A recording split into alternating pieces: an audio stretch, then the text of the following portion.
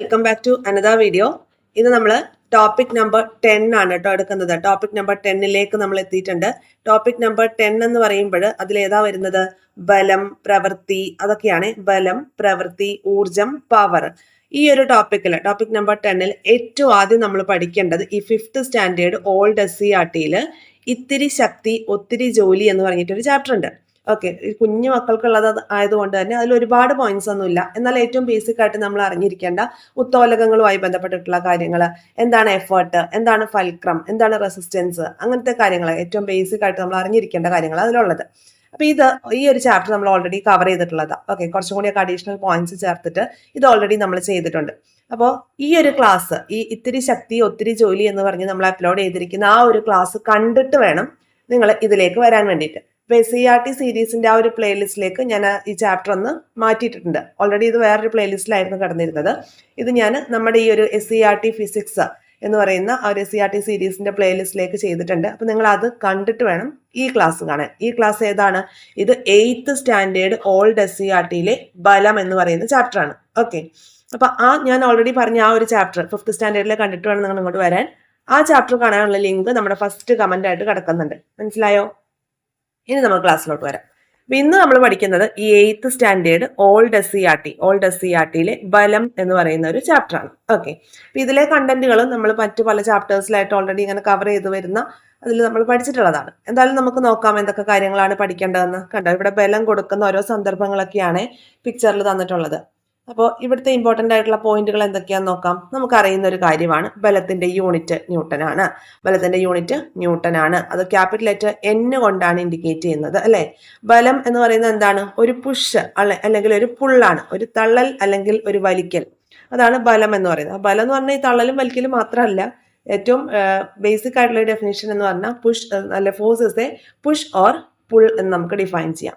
ഇനി ഐസക് ന്യൂട്ടനെ കുറിച്ചുകൂടെ പറയുന്നുണ്ട്. ഐസക് ന്യൂട്ടനെ കുറിച്ച് പറയുന്നതിൽ ഇമ്പോർട്ടൻ്റ് ആയിട്ടുള്ള ഒരു പോയിന്റ് എന്ന് പറയുന്നത് ഫിലോസഫിയ നാച്ചുറാലിസ് പ്രിൻസിപ്പിയ മാത്തമാറ്റിക്ക എന്നൊരു പുസ്തകത്തെ കുറിച്ചാണ്. ഫിലോസഫിയ നാച്ചുറാലിസ് പ്രിൻസിപ്പിയ മാത്തമാറ്റിക്ക എന്ന അദ്ദേഹത്തിന്റെ പ്രശസ്തമായിട്ടുള്ള ഒരു ഗ്രന്ഥം. പിന്നെ ന്യൂട്ടനെ സംബന്ധിച്ച് പറയുകയാണെങ്കിൽ ചലന നിയമങ്ങള്, ഗുരുത്വാകർഷണ നിയമം, ഇതൊക്കെയാണ് ഏറ്റവും പ്രധാനപ്പെട്ടവ, അല്ലെ? പിന്നെ 1705 സർ പദവി ലഭിച്ചു.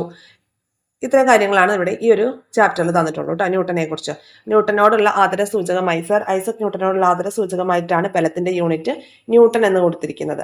ആളുകളുടെ പേരിലാണുള്ള യൂണിറ്റുകൾ കൊടുക്കുമ്പോൾ നമ്മൾ എന്ത് ചെയ്യണം? ക്യാപിറ്റൽ ലെറ്റർ യൂസ് ചെയ്യണം, അല്ലെ? പിന്നെ ചലന നിയമങ്ങൾ, ഗുരുത്വാകർഷണ നിയമം ഒക്കെ കൊണ്ടുവന്നത് ഇദ്ദേഹമാണ്. ഫിലോസഫിയ നാച്ചുറാലിസ് പ്രിൻസിപ്പിയ മാത്തമാറ്റിക്സ് ഈ ഒരു പുസ്തകം കൊണ്ടുവന്നതും ഇദ്ദേഹമാണ്.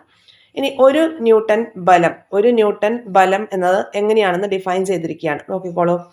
100 ഗ്രാം മാസുള്ള അല്ലെങ്കിൽ 0.1 കിലോഗ്രാം മാസുള്ള ഒരു വസ്തുവിനെ തറനിരപ്പിന് സമാന്തരമായി കയ്യിൽ താങ്ങി നിർത്താൻ ഗുരുത്വാകർഷണ ബലത്തിനെതിരെ ഏകദേശം 1 ന്യൂട്ടൺ ബലം പ്രയോഗിക്കണം.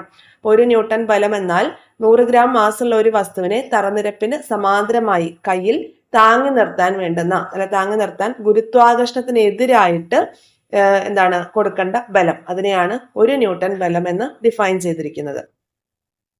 ഇനി ഓരോ പ്രവർത്തനങ്ങളാണ് തന്നിരിക്കുന്നത്. അതായത് ഉരുണ്ടു വരുന്ന പന്തില് സാവധാനം കാലുകൊണ്ട് എതിർദിശയിൽ ബലം പ്രയോഗിക്കുകയാണ്. എന്താവുന്നു? പന്ത് നിശ്ചലമാവുകയാണ് ചെയ്യുക. ഭിത്തിയിൽ തള്ളുകയാണ്. അപ്പൊ ഭിത്തിക്ക് ചലിക്കാനുള്ള ഒരു പ്രവണത ഉണ്ടാവുന്നു. ബലമില്ലാത്ത ഭിത്തിയൊക്കെ ആണെങ്കിൽ എന്ത് ചെയ്യും? നല്ല ഫോഴ്സിൽ നമ്മൾ തള്ളിയാൽ അത് മറിഞ്ഞു വീഴും, അല്ലെ? അപ്പൊ ഭിത്തിക്ക് ചലിക്കാനുള്ള ഒരു പ്രവണത ഉണ്ടാകുന്നു. ഇനി നോക്കിക്കോളൂ.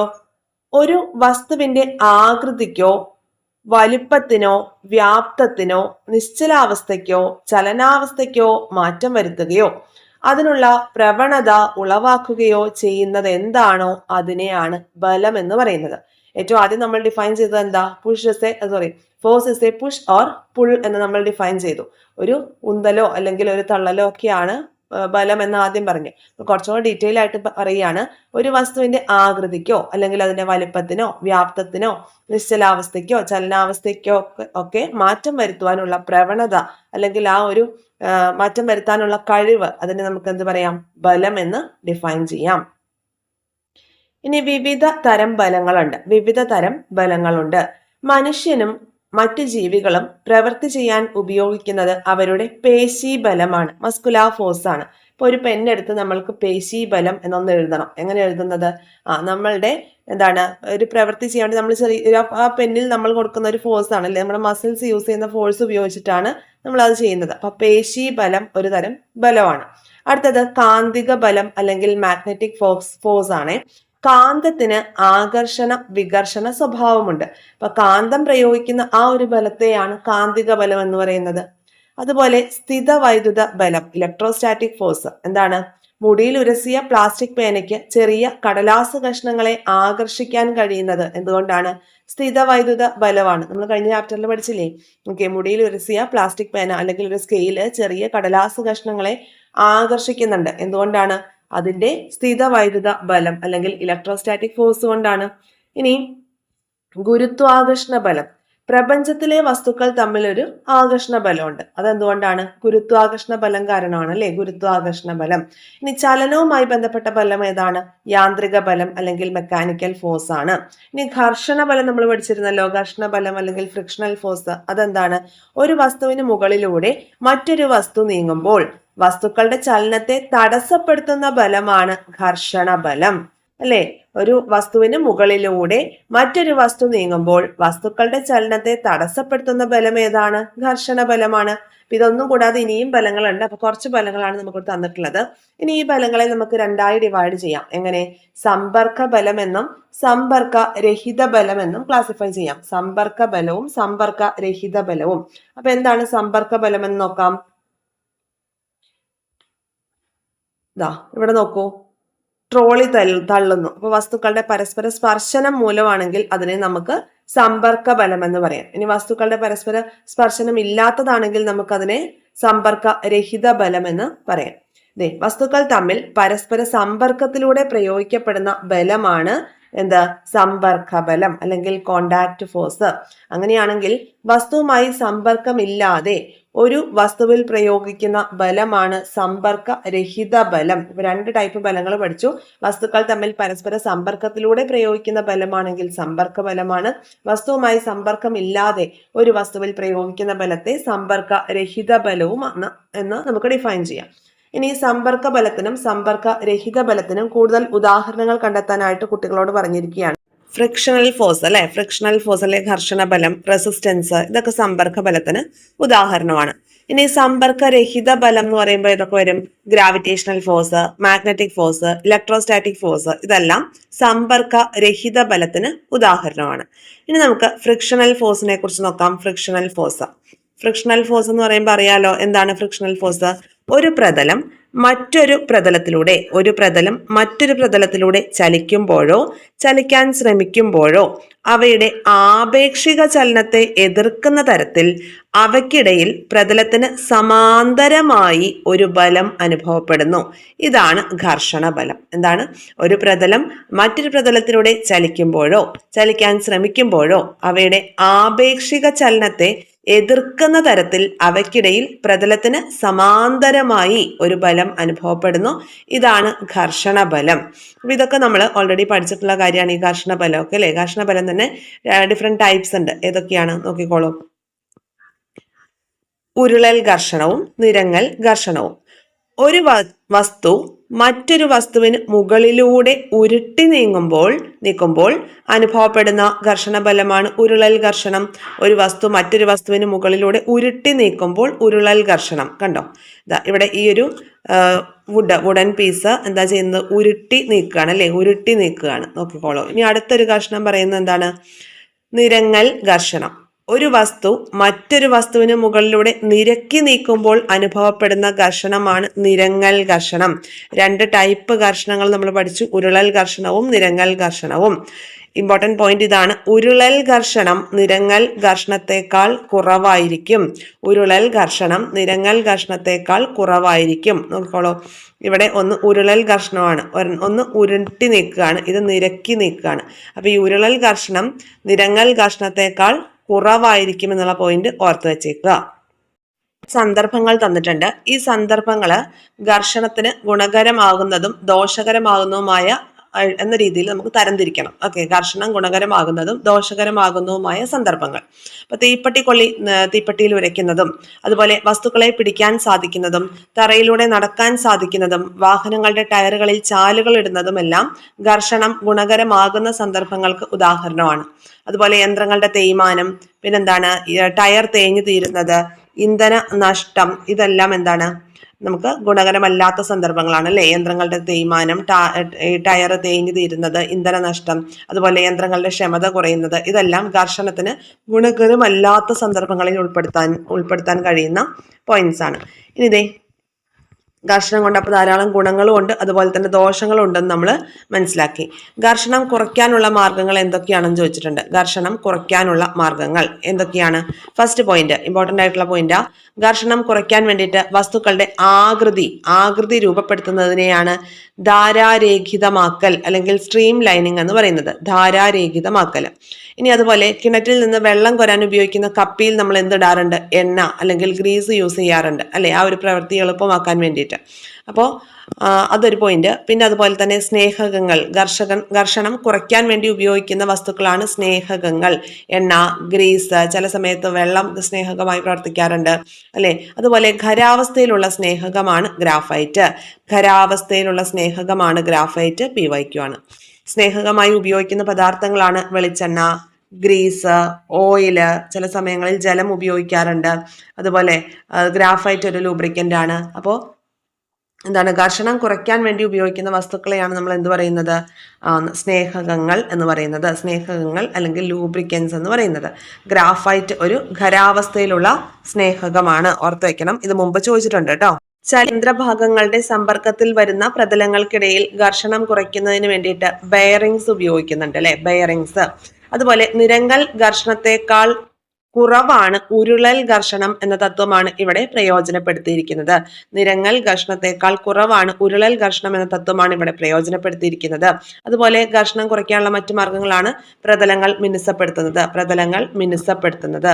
അതുപോലെ നമ്മളിവിടെ പറഞ്ഞില്ലേ, ഇവിടെ ബോട്ട്, എയ്റോപ്ലെയിന്, ഇതിന്റെയൊക്കെ ഷേപ്പ് കണ്ടോ നിങ്ങൾ? എന്തിനു വേണ്ടിയിട്ടാണ്? ജലവും വായുവും ഒക്കെ പ്രവർത്തിക്കുന്ന ആ ഒരു ഘർഷണം കുറയ്ക്കാൻ വേണ്ടിയിട്ട് വള്ളങ്ങളാണെങ്കിലും വിമാനങ്ങളൊക്കെ ആണെങ്കിലും ഒരു പ്രത്യേക ആകൃതിയിലാണ് രൂപകൽപ്പന ചെയ്തിരിക്കുന്നത്. നമ്മുടെ ഫിഷിന്റെ ബോഡി ശ്രദ്ധിച്ചിട്ടില്ലേ? മത്സ്യങ്ങളുടെ ഷേപ്പ് എങ്ങനെയാണ്? ഒരു ബോട്ട് ഷേപ്ഡ് സ്ട്രക്ചർ ആണ്. എന്തിനു വേണ്ടിയിട്ടാ? അവയ്ക്ക് ജലത്തിലൂടെ പെട്ടെന്ന് മൂവ് ചെയ്യാനും അല്ലെ. അപ്പൊ അവരുടെ ബോഡിയും ഒരു സ്ട്രീം ലൈൻഡ് ബോഡിയാണ്. പിന്നെ അടുത്തൊരു ഭാഗത്തോട്ട് വരാം. വ്യാപക മർദ്ദവും ത്രസ്റ്റും പ്രഷറിനെ കുറിച്ചുമാണ് പറയുന്നത്. ഇവിടെ ആദ്യം ഭാരം എന്താണ് ഒരു പോയിന്റ് തന്നിട്ടുണ്ട്, നോക്കാം. ഒരു വസ്തുവിൽ ഭൂമി പ്രയോഗിക്കുന്ന ആകർഷണ ബലമാണ് അതിന്റെ ഭാരം. ഒരു വസ്തുവിൽ ഭൂമി പ്രയോഗിക്കുന്ന ആകർഷണ ബലമാണ് അതിന്റെ ഭാരം എന്ന് പറയുന്നത്. അപ്പൊ m കിലോഗ്രാം മാസുള്ള ഒരു വസ്തുവിന്റെ ഭാരം എന്ന് പറയുന്നത് F=m ഇൻറ്റു G ആണ്. m ഇൻറ്റു G, അതായത് ഭൂമി പ്രയോഗിക്കുന്ന ആകർഷണ ബലമാണ് G. അപ്പൊ m ഇൻറ്റു G. ഇവിടെ ജിയുടെ ആ ഒരു വാല്യൂ എത്രയാണ്? ഗുരുത്വാകർഷണ ത്വരണമാണ്. എത്രയാണ്? 9.8 m/s² ആണ്. അപ്പൊ ഫോഴ്സ് എന്ന് പറയുന്നത് ഒരു വസ്തുവിൽ ഭൂമി പ്രയോഗിക്കുന്ന ആകർഷണ ബലമാണ്. ഇപ്പൊ m കിലോഗ്രാം മാസുള്ള ഒരു വസ്തുവിന്റെ ഭാരം എന്ന് പറയുന്നത് എന്താണ്? F=mg. അവിടെ ജിയുടെ വാല്യൂ എന്താ കൊടുക്കണ്ടേ? 9.8 m/s². ഓക്കെ, ഇനി നമുക്ക് ബ്ലെയ്സ് പാസ്കലിനെ കുറിച്ച് നോക്കാം. ബ്ലെയ്സ് പാസ്കൽ, ഓക്കെ,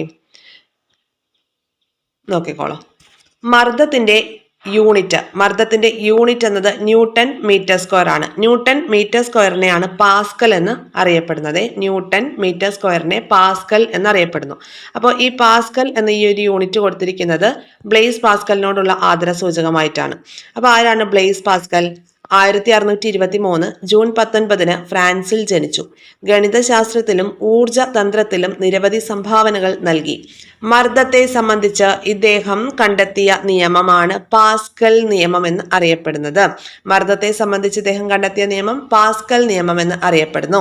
മർദ്ദത്തിന്റെ യൂണിറ്റിനെയാണ് പാസ്കൽ എന്ന് നമ്മൾ വിശേഷിപ്പിക്കുന്നത് അല്ലെ. ന്യൂട്ടൺ മീറ്റർ സ്ക്വയറിനെ നമ്മൾ പാസ്കൽ എന്നാണ് വിളിക്കുന്നത്. അപ്പൊ മർദ്ദത്തിന്റെ യൂണിറ്റ് ആയ പാസ്കൽ എന്നത് ഇദ്ദേഹത്തിന്റെ ബഹുമാനാർത്ഥമാണ് നൽകിയിരിക്കുന്നത്.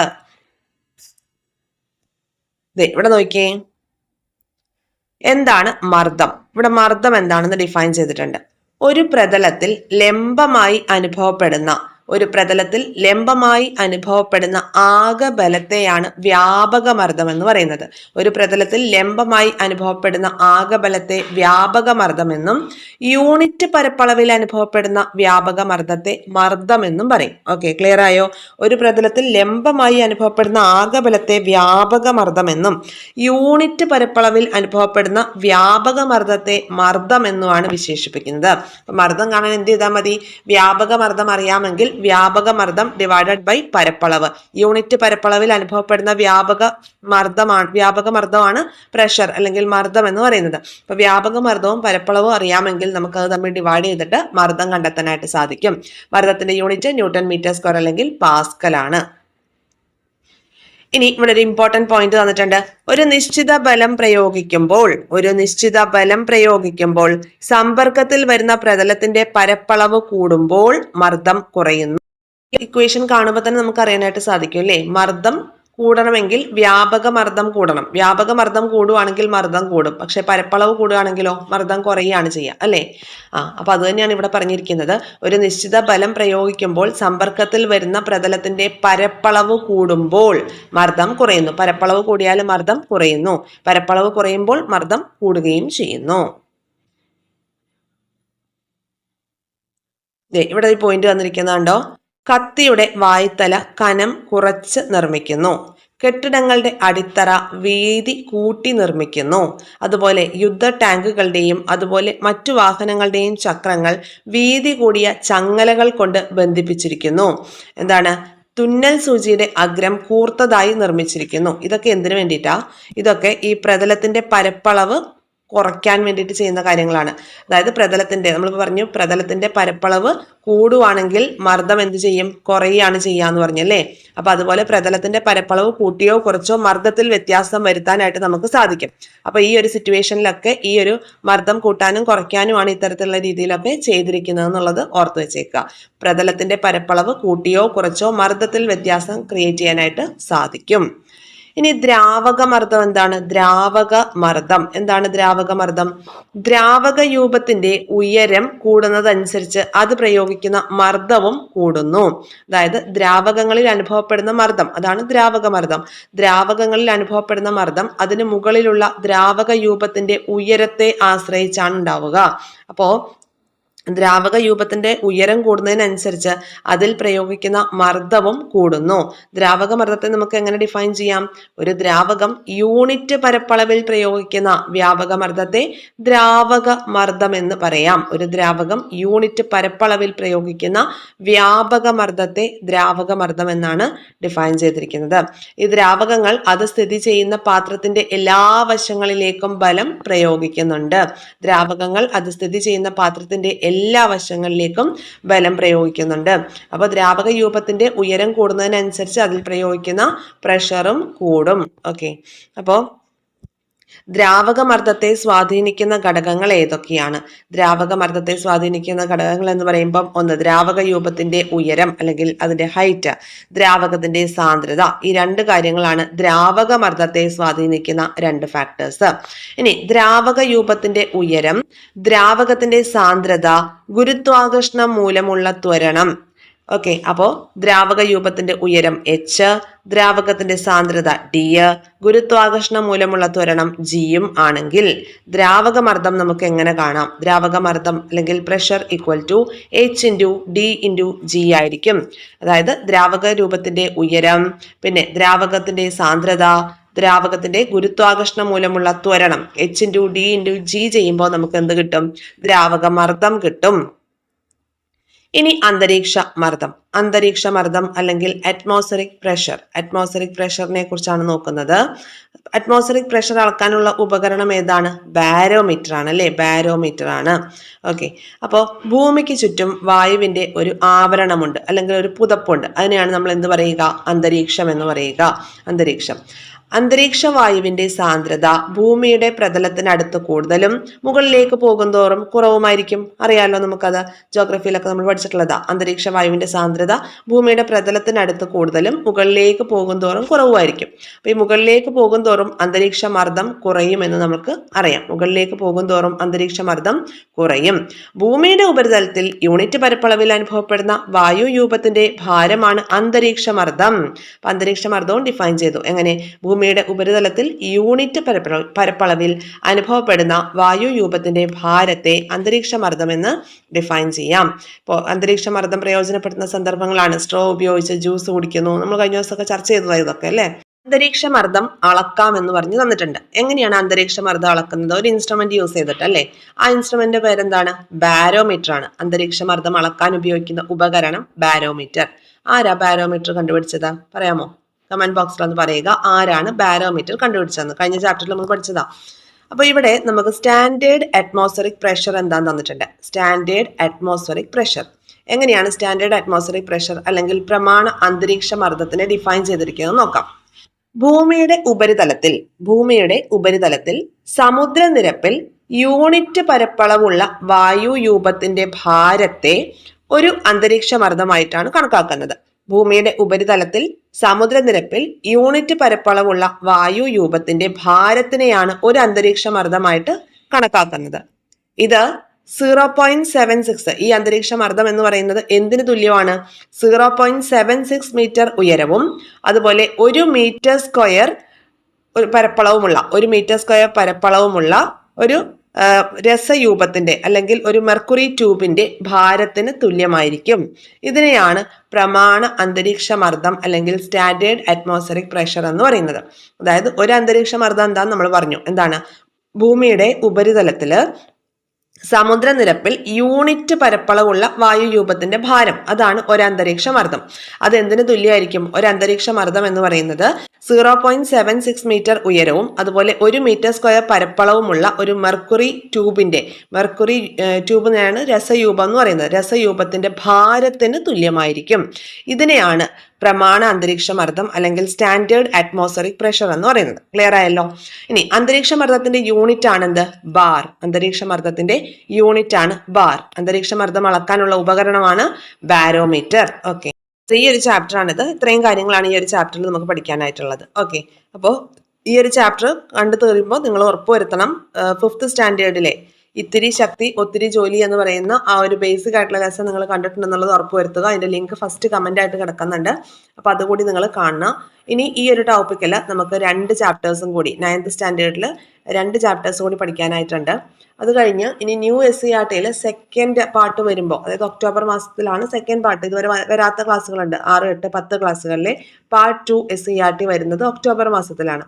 അപ്പൊ ആ ഒരു മന്ത് ആവുമ്പോഴേക്കും നമുക്ക് ഇതിന്റെ PDF-കളൊക്കെ അവൈലബിൾ ആവും. അപ്പൊ അതിൽ ഇതൊക്കെയായി ബന്ധപ്പെട്ടിട്ട് ഇനിയും ചാപ്റ്റേഴ്സ് ഉണ്ടെങ്കിൽ വീണ്ടും നമുക്ക് അപ്ലോഡ് ചെയ്യാം. ഇപ്പൊ നമുക്ക് നിലവിൽ അവൈലബിൾ ആയിട്ടുള്ള ബലം, പ്രവൃത്തി, ഊർജം, പവർ, ഈ ഒരു ടോപ്പിക്കുമായി റിലേറ്റഡ് ആയിട്ട് 4 SCERT ലെസൺസ് ആണ് നമ്മൾ പഠിക്കേണ്ടത്. അതിൽ ഒന്നാമത്തെ ചാപ്റ്റർ ആണ് ഇത്തിരി ശക്തി ഒത്തിരി ജോലി. ഓൾറെഡി നമ്മൾ പറഞ്ഞത്. ഇപ്പൊ നമ്മൾ ഡിസ്കസ് ചെയ്ത ബലം എന്ന് പറയുന്ന 8th സ്റ്റാൻഡേർഡിലെ ലെസൺ. ഇനി 9th സ്റ്റാൻഡേർഡിൽ 2 ചാപ്റ്റേഴ്സ് കൂടിയുണ്ട്. അത് തൊട്ടടുത്ത ദിവസങ്ങളിൽ നമുക്ക് പഠിക്കാം. Okay, thank you.